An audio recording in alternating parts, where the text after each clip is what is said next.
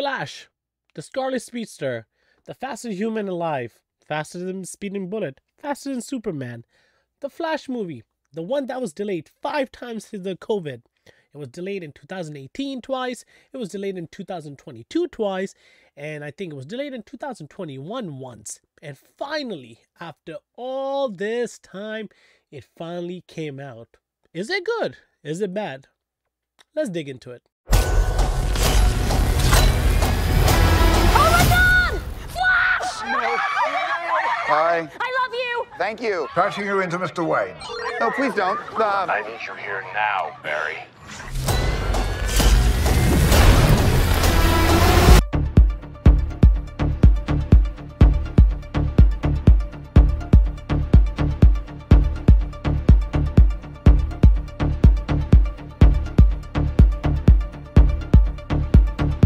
Ezra Miller is starting and returning back as the Flash, Barry Allen, and he's finally getting his solo movie. And after all this time, after all the allegations, after all the kidnapping and all the chaos he has done, Ezra Miller finally gets to debut this iconic character on the big screen. This movie that was waited for from all around the critics, because nobody knew whether you're going to get this on HBO Max when we were getting Pandemic in every single movie, or we're going to get this straight to DVD. And finally, after so many reshoots, after so many marketing, so much hype, it's come out. And let me tell you, I hated it. I'm just getting right to it. I was bored. Utter disappointment. The trailer is better than the movie. The movie felt like the extended version of the trailer. The jokes that were in this movie felt forced. It was too cheesy. It was getting used to Barry Allen, getting used to Ezra Miller as Barry Allen. I am a huge Barry Allen fan. I love The Flash. I have my Flash t-shirt somewhere. I grew up around The Flash, and Flash is comical, but at the same time, he's very smart. I never got that from Ezra Miller just because he was saying it. I never felt he was getting Barry Allen. Grant, the one that does the CW Flash, he was a better Barry Allen. Ezra Miller as Flash was better, but to pair up 2 Barry Allens or 2 Ezra Millers in this movie was kind of torturous for me to watch, because I had to choose a lesser annoying version of Ezra Miller and support or cheer for that version, because there was another younger annoying version or variant of Barry Allen in this movie. So the movie synopsis is Barry Allen uses his super speed to change the past, but his attempt to save his family creates a world without superheroes, forcing him to race for his life in order to save the future. The Flashpoint Paradox, one of my favorite comics. It is such a good comics, and there's many different versions of this. The one I love, and my car is actually named after that one, because me and my daughters are obsessed with it. It is the cartoon that came out from DC, the Flashpoint Paradox, where Thomas Wayne, when he goes back in time, when Barry Allen goes back in time to, stop his mom from dying because of Born Reverse Flash, and in that, he basically creates this new paradox, new parallel world where there is really nobody left except Thomas Wayne. He is the Batman. Bruce died, and he basically tries to go back and change time. Similar situation here, except he gets stuck in the past because of, I guess, Reverse Flash. I might be spoiling it, but if you know the Flash, you know about the Speed Force. You know when he reaches the he reaches the pinnacle of a speed force. I keep mumbling about that. Reaches the limit of the speed force. He gets pushed back because he's not allowed to touch or mess with the fabric of time. And these are one of the instances. He does that. He gets pushed, and he's stuck in this time or present where another Barry Allen exists. And things I did not like about this is I felt Ezra as Barry Allen again was very weak, but as Flash he was great. And this movie really got started when Michael Keaton came. He was great as Batman. Seeing him as Batman was great because he didn't have the technology when he did the original Batman, I think in 88 and then 92. Back then we didn't have the VFX, the CGI, and the performances his Batman version got to do was so good, so great to see him. Batman was the highlight of this movie. Even Supergirl, for the little amount of time she was there, she was great.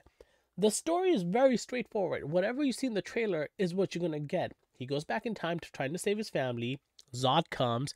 They have to fight Zod because there's no Superman or anybody exists because he's changed the entire time. I was bored. I really, really was bored. I really tried to enjoy it. I couldn't accept him as Barry Allen. I couldn't accept him as this is the version of Flash we've been waiting for 5 years. 5 years since 2018. We've been waiting for this movie. All the hype and stuff. He wasn't bad as the Flash when it came to supporting other characters. And then again, DC doesn't have a strong bunch.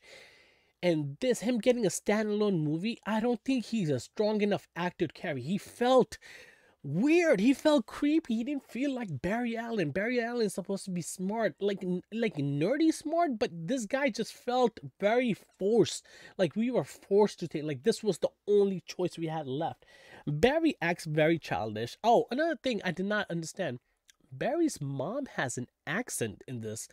I don't recall Barry's mom having any sort of accent. I may be wrong. I may have to go back and look at it, but this was very weird to me. And that's not even the worst part. I mean, the first half of the movie was boring. Ben Affleck's Batsuit looked awful. I thought it was stupid. Like straight up, I did not think Ezra was good. The whole paradox thing was pretty well done, but the CGI, the VFX, horrible. Like I was watching it and I'm like, how have you been working on this movie since 2018 and this is what you're putting out? I like understand they were trying to show the whole all the worlds coming and everything together. They had few things that are very fan service, and when I say fan service, I cannot go into it without spoiling it, and I do not want to spoil it. And I think this is probably the highlight of the movie. I felt they like, you know what, just throw this stuff in this. If Marvel's doing it, we should do it too. It felt it did not feel natural. I mean, respect to the greats, respect to whatever it did. It's the best part of the movie. The flash effects were good. I did not enjoy his suit. I don't know, for some reason I felt weird. I did not like his suit. Yeah, I can't go further into it than just ruining it. I mean, it ruined itself. Me personally, I give it a 5, 6. Do not go see this in the theater. I personally think it was a waste of time. I was bored. I couldn't wait till it ended. The moment it ended, I don't care if there's the end credit.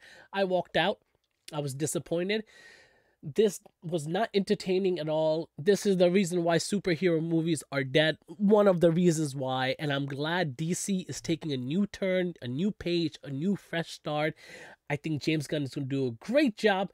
I can't wait till Aquaman ends and then Blue Beetle. I think those are the last 2 DC projects.